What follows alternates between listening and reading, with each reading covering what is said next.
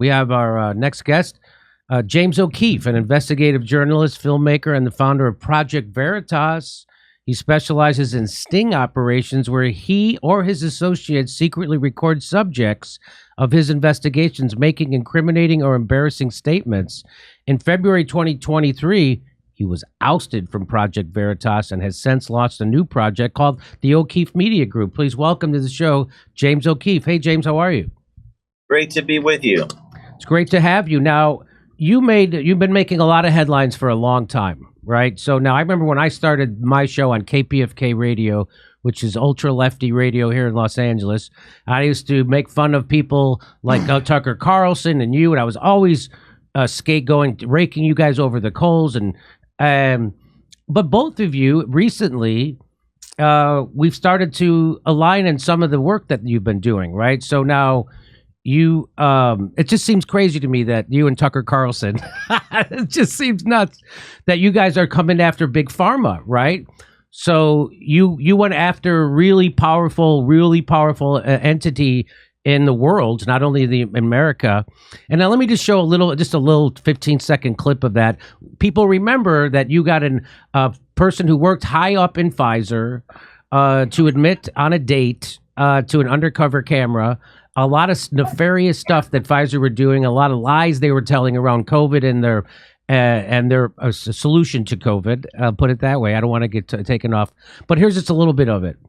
The fact that they're mutating the COVID viruses. Is this real life? I'm literally a liar. I was trying to impress a person on a date by lying. This is absurd. Don't touch me. Well, this is not, by the way, don't tell anybody. He's just working in a company to literally help the public.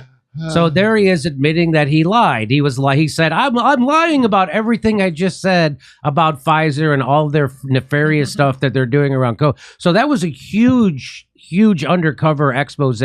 We covered it. You got in trouble from YouTube for that, first of all, right? Correct? You know, I think so. If I recall, I think YouTube took that video down, although it remains on Twitter. It had like 40 million views on Twitter. It was the most watched video like ever I've ever done by a factor of like 10 times. Yeah. Now, how do you get that person who was undercover, getting that person to admit all that stuff? How does that happen? It's like the basic way I could explain is winning friends and influencing people. Undercover work is about finding what someone needs and fulfilling their need, building rapport with the subject, and frankly, just asking about them. It's amazing what people will admit to you when you ask about them and are genuinely interested in them as people. That's basically all it is. It's a lot of work. It's very expensive. It takes months to build these relationships. And sometimes we've met these people in airports. We've met these people at conferences or on dating apps. Whatever the icebreaker is, it is a long process to build their trust. I mean, that's the kind of thing that when I grew up, reporters used to do all the time. And now they try to make it seem like it's criminal, right? Well, that's it. I wrote a book about this called American Muckraker, and it goes back to that Noam Chomsky argument in a book he wrote called Manufacturing Consent, which is it's easier to take things at face value. It's riskier. It's to question and be skeptical of authority. It comes with more litigation. It's more difficult you burn your relationship with sources. You have to have these experts. And you can't question them. And that's the problem in journalism. You're not allowed to question authority or even question experts. It's better to take information from sources that are deemed prima facie credible. So what I've done in my life, last 15 years, is I've not done that. I've published unsanctioned information, and usually, most recently, in very, very, very powerful people and very powerful interests. And some people view me as a liability because I do that. It's a very risky enterprise to question organizations like the FBI, big pharmaceutical companies, and organizations like the New York Times and CNN, which buy ink by the barrel, as they used to say. No longer ink, but they have the ability to really target you. So it's been quite a journey for me. So so when you did that, I mean, it was just unbelievable. And immediately afterwards, you got ousted from Project Veritas.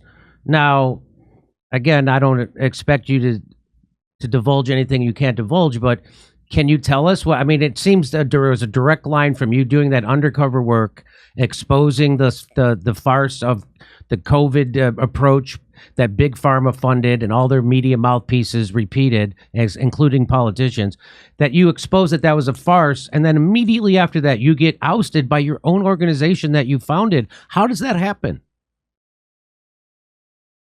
How does it happen? Well, it was either really, really bad timing. It was a few days after that investigation took place, and that really was all that changed in my life. The only thing that changed was the story that we broke, which was the biggest story ever, that I did, at least in my career. And perhaps, that's Dr. Robert Malone wrote a great article about this whole thing, which I encourage you to read. I think it was called the Pathology that removed James O'Keefe. And Malone said it in words I can't, but it was a remarkable public relations success, and you would expect that there would be you'd expect that would be an amazing moment in time, but oftentimes the greatest achievements carry the greatest risks.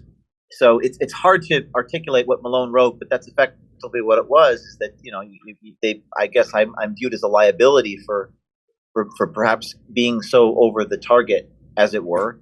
But I take a very forward-looking approach. I've decided, Jimmy, to take the high road here, and I started a new organization. In many ways, I've been untethered. Nonprofits can be problematic. Nonprofits, there's a board of directors. Maybe people don't know this, but a 501c3, which Project Veritas was, is not owned by anybody. It's actually a board. So I've started a new organization called OMG. It's hard to make out my hat, but I have the letters here. O'Keefe Media Group. It's not a nonprofit. I've been untethered. I've been liberated to do what I want to do, which is to decentralize journalism. So, I could write a book about what happened. Perhaps there'll be a movie made about it one day. I don't know if the whole story is out yet, but I think it's just, I've learned a lot. And the one thing I did learn was I probably need to do a better job of, I didn't ever pay attention to board maintenance. That's my fault. I learned about that. I never even focused on that. I never focused on the bylaws of a corporation. I ran it like, a CEO or owner would. I took responsibility for everything. I raised money. I didn't take any advertising dollars, but I hired and fired people. But now I learned a lesson, and I'll take that with me, and I think I'll be more effective. Hey, everybody, check out my new stand-up special, COVID Lies Are Funny, only $10. And come see us live in Syracuse, Cohoes, New York, Hartford, Los Angeles, Bakersfield, Baltimore, San Francisco, Huntington Beach, and more, Pottstown even. Go to jimmydore.com for a list of all of our things, and see you there.